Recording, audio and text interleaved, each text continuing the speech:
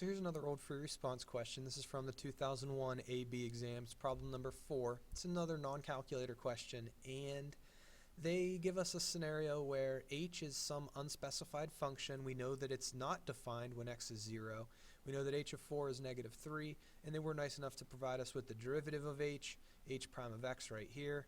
They tell us that this is the derivative of h for all x's except 0. And if you think about it, the derivative is undefined at 0 since we'd have division by 0 when we put a 0 in place of this x right here.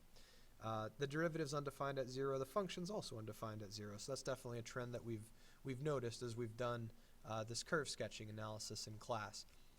Now in part A, they want us to find all values of x where the graph of h has a horizontal tangent. So if we're thinking about the slope of the tangent line, we know the slope of the tangent line is given by the value of the derivative, and if the tangent line's horizontal, we want to know where the slope of the tangent line is 0. So that would imply when is f prime of x 0. So we need to figure out when, and I'm calling it f, but it's actually h, we need to figure out when h prime of x equals 0. So h prime of x is going to be equal to 0 anytime the value of this fraction is 0. Now the value of this fraction is going to be 0. The value of any fraction is only going to be 0 when the top of the fraction is 0. So if we set the top of this fraction equal to 0, and we try to solve this, you can solve this by isolating x. To isolate x, you'd add 2 to both sides, so you'd have x squared equals 2. Now if you take the square root of each side to solve for x, the one thing that we tend to overlook from time to time is the plus or minus out in front of this root. And the reason why it's necessary is because there's some number that's being squared. We don't know what that number is. We don't know if it's a positive number that's being squared. We don't know if it's a negative number that's being squared. All we know is that it's being squared, and the answer is 2. We do, however, know that we can square positive square root of 2 and get this answer. We can also square negative square root of 2 and get the answer of positive 2. That's why we need to account for both answers whenever we isolate x this way. So there are 2 places where the slope of the tangent line is 0. If I'm trying to decide if we have a local max, a local min, or neither at those values, I think the easiest route to take is typically to give yourself a sign chart.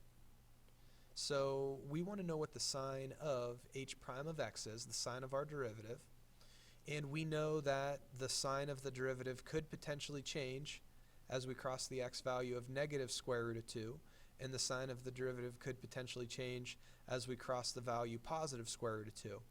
Now in our sign chart, we usually have one more type of value expressed, and that would be values where the derivative is undefined. This derivative is undefined at 0. The function itself is undefined at 0. So 0 is not in the domain of the function, but it is still a value that the sign of the derivative could change as we cross it at. So we're going to need to check the sign of the derivative on each interval, this one, this one, this one, and this one. So if we pick a value to the left of negative 2, if we pick a value like, let's see, negative 10. If you pick negative 10, if you put negative 10 here and you square it, you get 100 minus 2 is going to give you 98 divided by negative 10. That gives you a negative answer. On the other side of negative 2 at a value of negative square root of 2 at a value like negative 1, negative 1 squared is 1 minus 2 is negative divided by negative 1 is a positive result. So the derivative is positive there. On the other side of 0, if we pick a test value like 1, 1 squared minus 2 is negative divided by 1. Let's see, so we said negative divided by positive, I think, right? Negative divided by positive is going to give us a negative result. And then on the other side of 2, if you pick a test value like 10, 10 squared minus 2 is positive, divided by 10, which is also positive, we have a positive slope there. So our function goes from decreasing to increasing as we cross this x value, and it goes from decreasing to increasing again as we cross this x value. So we have a local min at both x equals positive square root of 2 and x equals negative square root of 2. Now the justification, we don't generally want to leave it as just a sign chart. We'll talk about this more in class as we approach the AP exam. We're going to want to kind of verbalize our thought process. The function decreases from negative infinity to negative square root of 2. It increases on the other side in negative square root of 2. Therefore, we have a local minimum at square root of negative 2. But moving on to part B here. Part B asks us to work to find the concavity of the graph of h. It really just asks us for where it's concave up, but if we're going to figure out where it's concave up, we're probably going to do that with a sign chart for the second derivative, and so we're basically going to have the full analysis done anyhow. And if we want to do work to find concavity, mainly concave up, if the second derivative is positive, our graph is concave up. So if you think about taking the derivative of this to generate your second derivative, in its current form, you're going to have to use the quotient rule. And I noticed that this particular derivative can actually be simplified a little bit.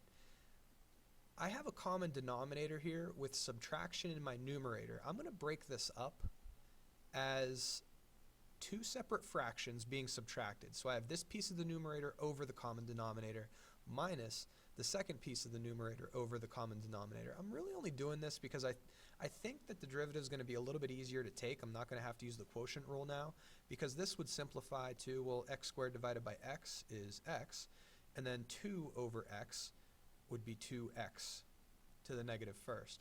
And if we take our derivative of this form right here of the first derivative, all we're going to have to use is the power rule. So the derivative of x is 1, and then if I multiply this constant by the exponent, I'm going to have negative 2 times negative 1 giving me positive 2, and then I'm going to subtract 1 from that exponent. So subtracting 1 from the exponent is going to let it become a negative 2. The first piece of this derivative is nice. The second piece, not quite as nice. I'm going to rewrite it in fraction form as opposed to the form with the negative exponent. And what we're going to want to do is we're going to want to try to figure out when this second derivative is 0. We're going to want to try to figure out when this second derivative is undefined. We're trying to build a sign chart for the second derivative. So if we look at this derivative, it's undefined when x is 0. And the function's undefined when x is 0, so all the derivatives should also be undefined when x is 0. So that pattern is continuing to hold. If we set the second derivative equal to 0,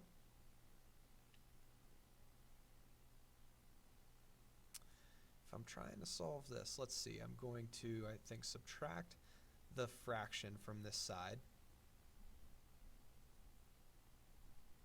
So I'm going to solve this by isolating x. Now I'm going to get the x out of the denominator.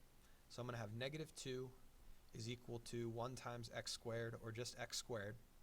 And now if I take the square root to undo the exponent on the x, I'm going to attempt to take the square root of a negative. That's going to give me an imaginary value. And there's no place in the coordinate plane for an imaginary value. So empty set here. We don't have any places where the second derivative equals 0. But the second derivative is undefined when x equals 0. So our sign chart for the second derivative is going to look like this. The only place where the sign could change is at 0. And if we think about the sign of the second derivative to the left of 0, the sign of the second derivative to the left of 0, if we pick a test value like negative 1, 1 plus 2 over, well, negative 1 squared is positive, and 1 plus a positive is going to be a positive answer. And if we pick a test value like positive 1, 1 plus 2 over 1 squared, that's also going to be a positive value. So this sign chart tells us that our function is going to be concave up, not from negative infinity to infinity, because 0 is not in the domain of the function. So we wouldn't want to say that the function is concave up there. Our function is concave up from negative infinity to 0, and then also from 0 onward to infinity. We'll finish up part C and D in another video.